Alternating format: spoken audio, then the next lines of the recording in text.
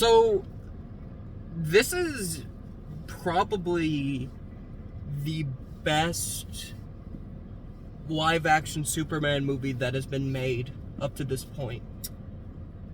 I would agree with that. I would say this is better than Superman the movie and Superman 2, which both hold that moniker before.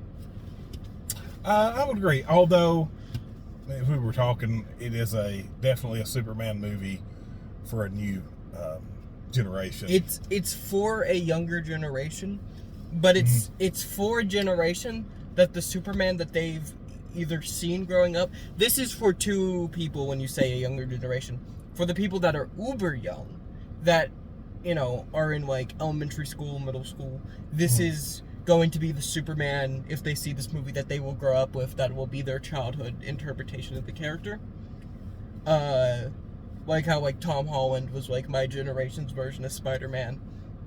And number two, younger people that have only ever seen quote-unquote evil Superman. People like Homelander from The Boys, Omni-Man from Invincible, and at some instances, Henry Cavill as Superman inside of the Snyderverse. So... And this is to bring to a more Christopher Reeve-like take that has hope.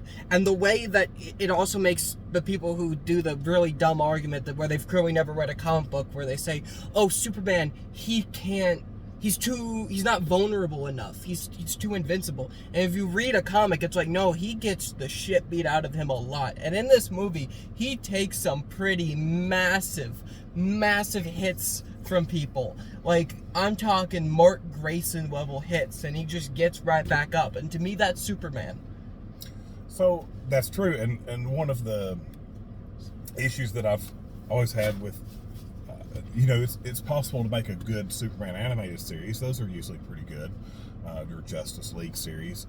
It's hard to make a good live action because Superman doesn't have very many weaknesses. I mean, Kryptonite's pretty much it. And he's got so many powers, and he can do so much that how do you make an interesting story around him? But people forget he feels pain. Yes. He can get hurt. And I think this movie definitely shows that. It shows that side of things. Kryptonite is only in one scene of this entire movie, and it's far from, it might be the thing that hurts him the most, but it's far from the only thing that really beats the crap out of him here. Yeah. I mean, I think this, as you said, it probably is the best live-action Superman that I've seen. And better than Smallville? Yeah, I mean, Smallville was a show, so I can't really... Put Smallville on a ranking with the movies. Is this better than Smallville? Just as an adaptation of the character. I don't know if you could really compare the two. Because Smallville has 10 seasons. Yeah, I don't know if you could really compare the two, but the actor that they got to play Superman is definitely on par with, I can't remember, what was his name, Tom Welling? Welling, that played Superman, didn't actually play Superman, played Clark Kent growing up.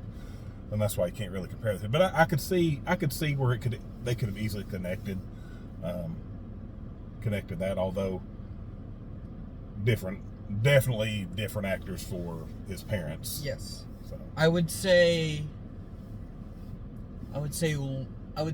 Lois Lane. This is my Lois Lane. It's very similar to the one from the animated series, which is the best Lois Lane, and I think still is.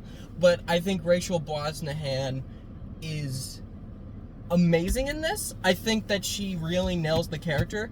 I would say I really like Jimmy Olsen in this, but a part of me just thinks it's nice to see Jimmy Olsen in a movie where he doesn't get shot in the head in the first 5 minutes. I think they borrowed a lot of the style from the animated series and the Justice League series and stuff like that. Also the Reeves films. There's stuff taken from the Reeves films here. There is.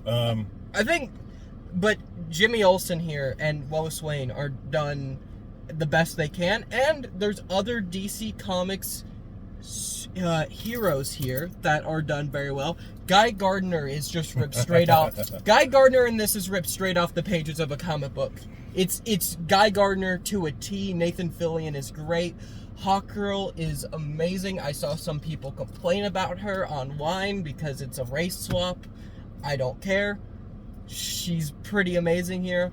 Mr. Terrific got some of the biggest laughs in the theater, and they really are able to make Metamorpho human.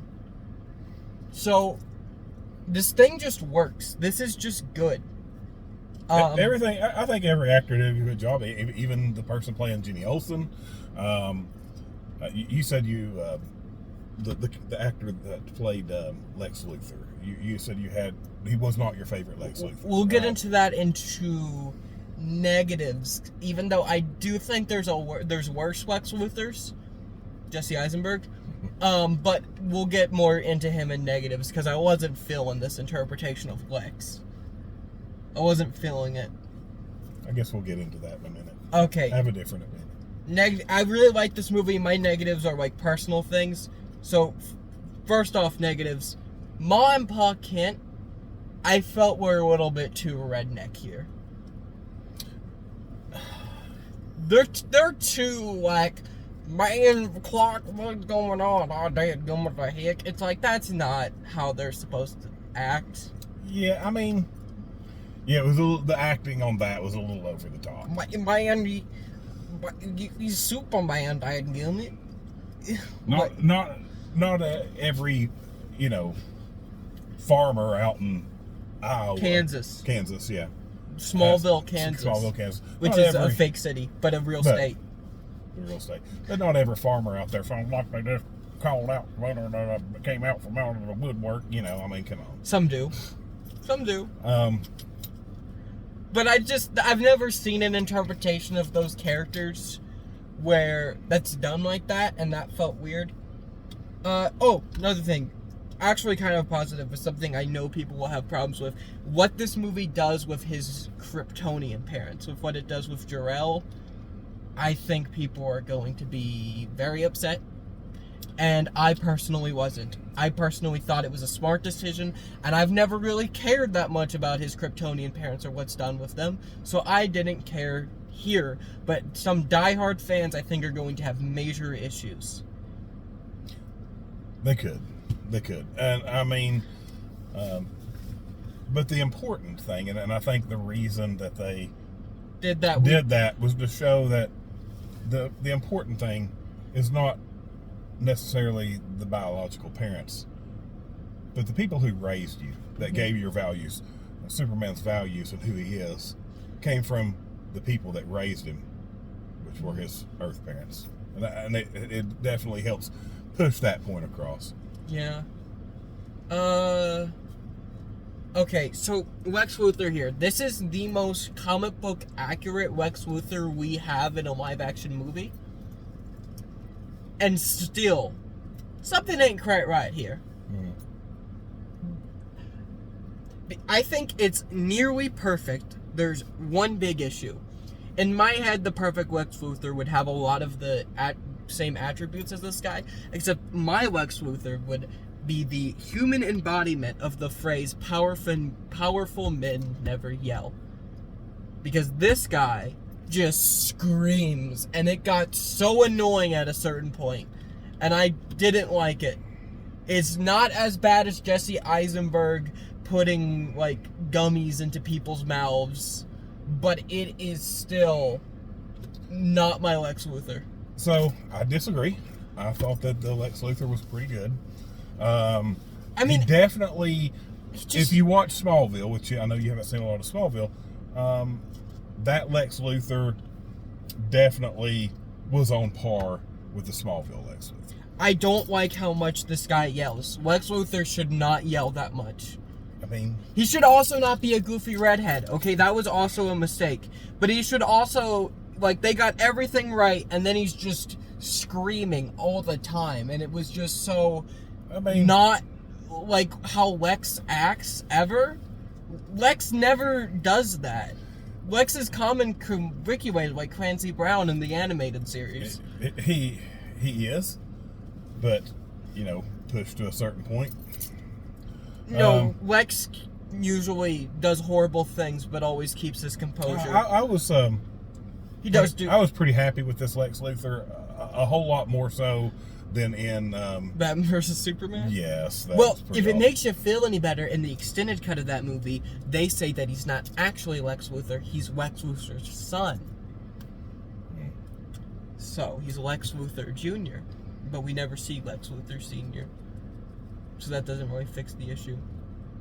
But I had some problems with him, but it's mostly a nitpick. Because I do think he did a good job, but I still think Gene Hackman is the best live-action Lex Luthor. But Gene Hackman is very goofy, very cartoon villain. And this guy is too, but a more serious cartoon villain. What do you but think still a about the cartoon. inclusion of Cat Grant in don't- the Daily Planet? What? Cat Grant. She was the blonde with the glasses.